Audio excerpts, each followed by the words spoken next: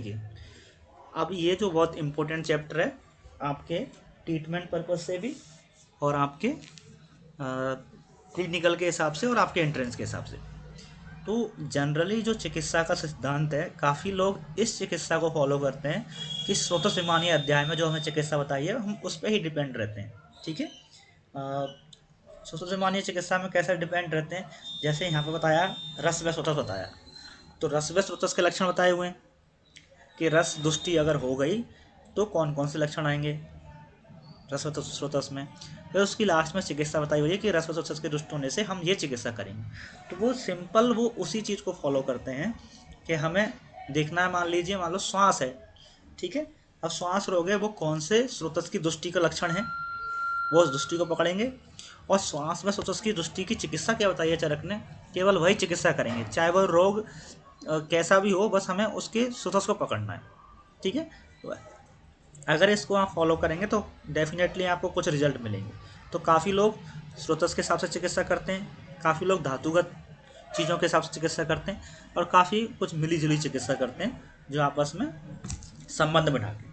ठीक है, तो देखो, यावंत पुरुषो मूर्तिमंतो भाव विशेषात आवंतो एवं अस्मिनम स्रोतसाम प्रकार विशेषा।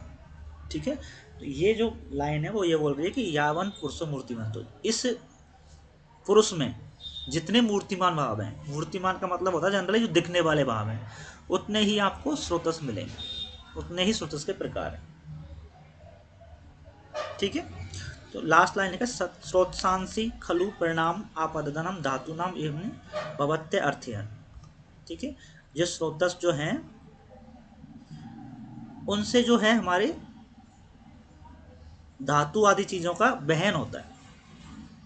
ठीक है, वो एक स्थान से दूसरे स्थान पर, हमारे जो स्रोतस हैं वो एक स्थान से दूसरे स्थान पर हमारी चीज़ों को ले जा रहे हैं, रस को ले जा रहे हैं, रक्त को ले जा रहे हैं, इन चीज़ों को ले जाने का काम जो करते हैं, चैनल्स का काम करते हैं, वो हमारे स्रोतस हैं। ठीक है, आगे लिखा है अपी च एक स्रोतसाम एवं समुदाय पुरुषम इच्छन्ति।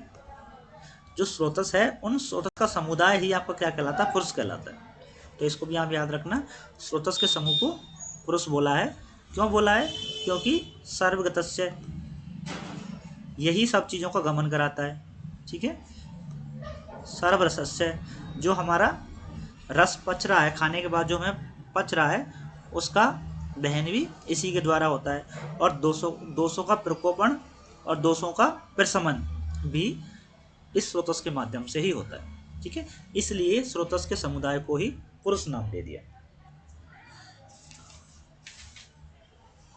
ठीक है, नेक्स्ट देखिए कि आप स्रोतस के प्रकार, स्रोतस के भेद कितने हैं। तो आचार्य चरक ने स्रोतस के जो भेद बताए उनको आपको ध्यान रखने की आवश्यकता है कि प्राण, उदक, अन्न, रुधिर, मांस, मेद, अस्थि, मज्जा, शुक्र, पूरी, स्वेद।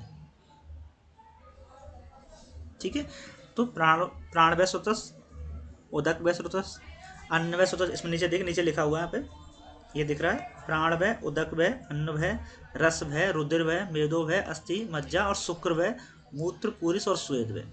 इस प्रकार से आपको 13 प्रकार के स्रोतस हैं वो आचार्य चरक ने वर्णन किया है। ठीक है, आगे लिखा है बात पित्त श्लेष्मणम पुनः सर्व सहिष्णम सर्वाणी श्रोतांसी अयन भूतानि तद इंद्रियाणाम पुनः सत्वादीनाम केवलम चेतना बाण शरीरम अयन भूतानम अधिष्ठानम च। यही जो स्रोतस हैं वो हमारे दोषों का वहन करते हैं, हमारी बाकी चीज़ों का भी वहन करते हैं। पूरे शरीर में आपके इसका पूरे शरीर में इनका स्थान है।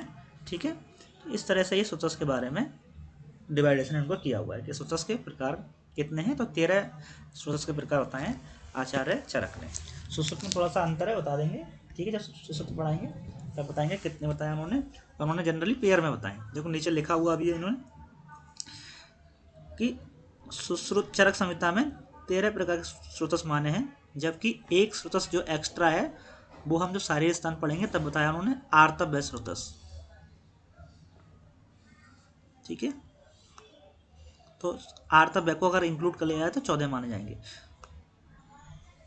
ठीक है, सुश्रुत ने 11 माने, परंतु 11 उनको पेयर में माने। ठीक है, 11 सिंगल नहीं माने, 11 का पेयर माना हुआ। तो 11 के पेयर बनाएंगे तो कितने हो गए, टोटल 22 हो गए। ठीक है। तो देखो सबसे पहले पढ़ रहे हैं प्राणवय स्रोतस। प्राणवय स्रोतस के लिए कहा है कि हर किसी स्रोतस का एक मूल होता है, ठीक है। तो ऐसे ही प्राणवय स्रोतस है, उसका मूल क्या होता है, प्राण बहानाम स्रोतसाम हृदय मूलम महास्रोतस। प्राणवय स्रोतस के मूल दो हैं, हृदय और महास्रोतस, ठीक है। प्रदुष्टानाम तो कलम ऐसाम एकदम विशेष भवति। अगर मान लो ये दुष्ट होता है, प्रदुष्ट होता है अगर प्राणवय स्रोतस, तो उसके लक्षण क्या आएंगे, देखो अतिश्रेष्टम अतिबद्धम कुपिता अल्प अल्पम अभीक्षणम सशब्द शूलम उच्छ्वासंतम दृष्टा प्राण वाहने स्रोतसांसी प्रदुष्टानी। तो इसको आपको याद रखना है। अगर इसके दुष्ट होता है प्राण स्रोतस तो उससे क्या लक्षण आएंगे, अतिश्रेष्टम अतिबद्धम कुपितम अल्प अल्पम अभीक्षणम, मतलब अधिक मात्रा में, ठीक है, या फिर बिल्कुल ना निकलना, बद्ध मात्रा, बद्ध हो गया, ठीक है, मात्रा में अधिक निकलना या मात्रा में बिल्कुल ना निकलना, ठीक है। कुपितम, कुपित हुए, अल्प अल्पम थोड़ी थोड़ी मात्रा में, या फिर सूल या शब्द के साथ, ठीक है। क्या निकलता है आपका, उच्छ्वास निकलता है, जो सांस लेता है आदमी, या तो सांस उसका बिल्कुल रुक जाएगा, या उसका सांस बार बार में भरेगा, जल्दी जल्दी सांस लेगा, या सांस लेने में उसे कठिनाई होगी, ठीक है, या थोड़ी थोड़ी मात्रा में शब्द के साथ सांस लेगा। तो ये जो लक्षण है वो प्राणवय स्रोतस के लक्षण है, ठीक है। अगर ये लक्षण आपको कहीं भी मिल रहे हैं तो आपकी जो चिकित्सा फोकस होनी चाहिए वो प्राणवय स्रोतस पे होनी चाहिए। अगला है उदकवय स्रोतस। तो प्राणवय स्रोतस के जो हमने मूल बताए वो आपने बताया हृदय और महास्रोतस। तो उदकवय के जो बताएंगे वो क्या है, तालु मूलम क्लोम च। तालु और क्लोम जो है वो उदकवय स्रोतस के मूल बताए हुए हैं। और इसके दुष्ट होने पर क्या होगा, ठीक है, इसके दुष्ट होने पर जीवा तालु ओष्ठकंठ क्लोम शोषम पिपासा च अति प्रबद्ध, ठीक है। आपकी जीवा है, तालु है, ओष्ठ है, कंठ है, इनमें शुष्कता आ जाएगी, ड्राइनेस आ जाएगी और आपको प्यास ज़्यादा लगेगी, ठीक है। ये उदकवय स्रोतस के दुष्टि होने के कारण लक्षण है, ठीक है। तो ये आपको याद रखना। नेक्स्ट देखो अन्नवय स्रोतस दुष्टि के लक्षण। अगर अन्नवय स्रोतस है तो उसके सबसे पहले तो उसके मूल क्या होंगे, तो मूल क्या दे रखा है उसका, मूलम वामम वाम च पार्श्वम और आमाशयम। तो आमाशय और वाम पार्श्व इसका मूल है, और इसके दुष्ट होने पर क्या लक्षण आएंगे, अन्नाभिलाषणम अरोचकम अविपाकम छर्दी च, ठीक है, ये लक्षण आएंगे। अगर आपको खाने की इच्छा नहीं हो रही, अरोचकता हो गई है शरीर में, मुख में अविपाक हो रहा है, छर्दी आ रही है, तो ये आपके समझ लीजिए आपको अन्नवय स्रोतस की दुष्टि हुई, ठीक है। रसवय स्रोतस की दुष्टि। रसवय स्रोतस के जो मूल हैं वो क्या होता है, हृदय और दस धमनी, ठीक है। प्राणवय स्रोतस में भी हृदय था, वहाँ महास्रोतस साथ में था, यहाँ पर हृदय के साथ 10 धमनियाँ हैं, ठीक है, थोड़ा सा अंतर है। अब इनके जो लक्षण है रसवय स्रोतस के, उसके लक्षण जो हैं वो बोल रहा है कि हमने यहाँ पे केवल मूल बताए हैं, जो दुष्टि के जो लक्षण हैं वो हम पहले ही सूत्र स्थान में बता चुके। सूत्र स्थान में शोणित विमानी शोणित करके एक चैप्टर था, विधि शोणित अध्याय, वहाँ हमने पढ़ा था कि रसभय रक्तभय इनके दुष्टि के लक्षण क्या होंगे, तो वो वहाँ जो लक्षण बताए हैं वही लक्षण इनको माना जाए, ठीक है।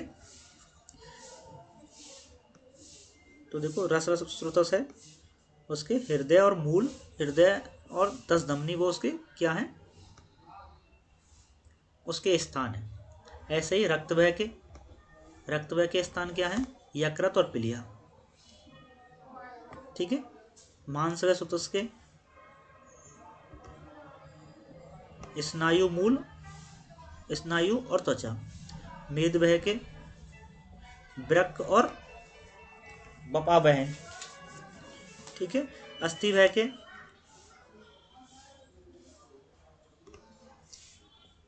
मेदो मूलम जगनम च, ठीक है। मज्जाभय के अस्थि और संधि।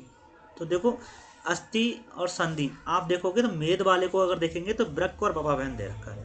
तो मेद वाले को आपको याद करने के लिए सिंपल सी बात है कि मेद का जो निस्कारण होता है वो होता है हमेशा किडनी से, ठीक है। और मेद जमती कहाँ है, आपके दोनों पार्श्वों की तरफ, इसलिए वृक्क और बपा बहन ये क्या है, मेद के मूल हैं। अब अस्थि वाले में जब आप मूल देखोगे तो पीछे वाला जो एक है वो आ जाएगा, इंक्लूड हो जाएगा। तो इसलिए पीछे वाला क्या था, मेद था, इसलिए अस्थि वाले में मेद आ गया और जगन आ गया। मज्जा वाले में फिर एक पीछे आ जाएगा, तो मज्जा के पीछे क्या थी, अस्थि थी, इसलिए अस्थि और संधि आ गई, ठीक है। शुक्र वाले में देखो, शुक्र सुतसाम वृषणव मूलम सेपम, ठीक है। वृषण मूल और सेफ ये शुक्र वसुतस के मूल हैं, ठीक है। फिर दुष्टानाम च खलवेशम रसायदी वाणी श्रुतांसी विज्ञान मुक्त्यानि। तो विधि विविध सीति पीति अध्याय में बताया था हमने, इनके जो लक्षण बताए वही लक्षण यहाँ पे माने जाएंगे, ठीक है। तो ये बोल रहा है कि हमने यहाँ केवल यहाँ पे मूल बताए, आपको लक्षण हम पहले ही बता चुके हैं, ठीक है। तो इस बात को आपको ध्यान रखना। अब देखो मूत्र विसुतस, उसका मूत्र विसुतस का लक्षण क्या होगा, वो मूल क्या होगा, बस्ती और बंचन, ठीक है, बस्ती और बंचन। अब इसके दुष्टि होने की वजह से मूत्र उसके लक्षण क्या आएंगे, अति सृष्टम अतिबद्धम प्रकृतम अल्पाल्पम। ये सेम लाइन हमने पढ़ी प्राणवय में, तो सेम लाइन है बिल्कुल, देखो। तो बहलम सैसूलम मूत्रवयंतम, बस यहाँ लाइन में अंतर है। प्राणवय की लाइन हमने सेम पढ़ी थी, अति सृष्टम अतिबद्धम प्रकृतम अल्पाल्पम अभीक्षणम, यहाँ तक सेम थी। वहाँ सैसूलम सा शब्द में लिखा था, यहाँ पे लिखा है बहलम सैसूलम। तो इस लाइन को और आपके प्राणवय सुसस की लाइन को अच्छे से आपको याद रखना है कि किस में क्या अंतर है, ठीक है। पूरिस वैसुतस में देखो, पूरिस वैसुतस का जो लक्षण है वो मूल है, वो क्या, पकवास है और स्थूल गुद, ठीक है। अगर इसका दुष्ट होता है तो लक्षण क्या आएंगे, त्रक्षण अल्पाल्पम स शब्द शूलम अति द्रवम अति ग्रथितम अति बहु च विशांतम दृष्ट, ठीक है। तो क्रक्षता के साथ, अल्प मात्रा में, शूल के साथ, शब्द के साथ और द्रव मात्रा में या बहुत ज़्यादा टाइट, ये जो है आपके मल का इस तरह से आना, ये पूरी स्रोतस के दुष्टि के लक्षण शो करता है, ठीक है। इस तरह से आपको लास्ट है स्वेदवस्रोतस में बोला है कि इसके जो लक्षण वो मूल है वो क्या है, मेद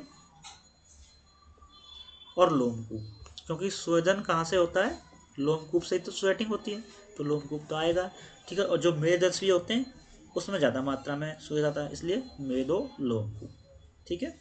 दुष्ट होने पर इसके लक्षण क्या आएंगे, आस्वेदनम अति स्वेदनम पारुष्यम अति लक्षण अंग से परिदहा लोमर्सम च दृष्टवा स्वेदवा।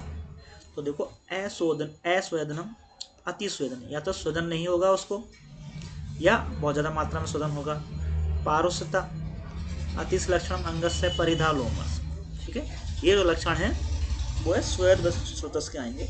तो देखो अस्वेदनम अति स्वेदन से ही लाइन चालू होती है कुष्ठ के लक्षणों की, कुष्ठ के पूर्व रूपों। तो ध्यान रखना जब हम कुष्ठ पढ़ेंगे तब आपको ये चीज़ दोबारा से बताएंगे, आस्वेदन अतिस्वेदन जो है ये स्वेद वस्तुस में आया था, और इसका मतलब कुष्ठ में जो आपका स्रोतस दुष्ट होता है वो क्या होता है, स्वेद वस्तुस दुष्ट होता है, ठीक है। तो ये चीज़ ध्यान रखने वाली बात है, बाकी चीज़ें आपको कल पढ़ाएंगे, ठीक है। आगे इसके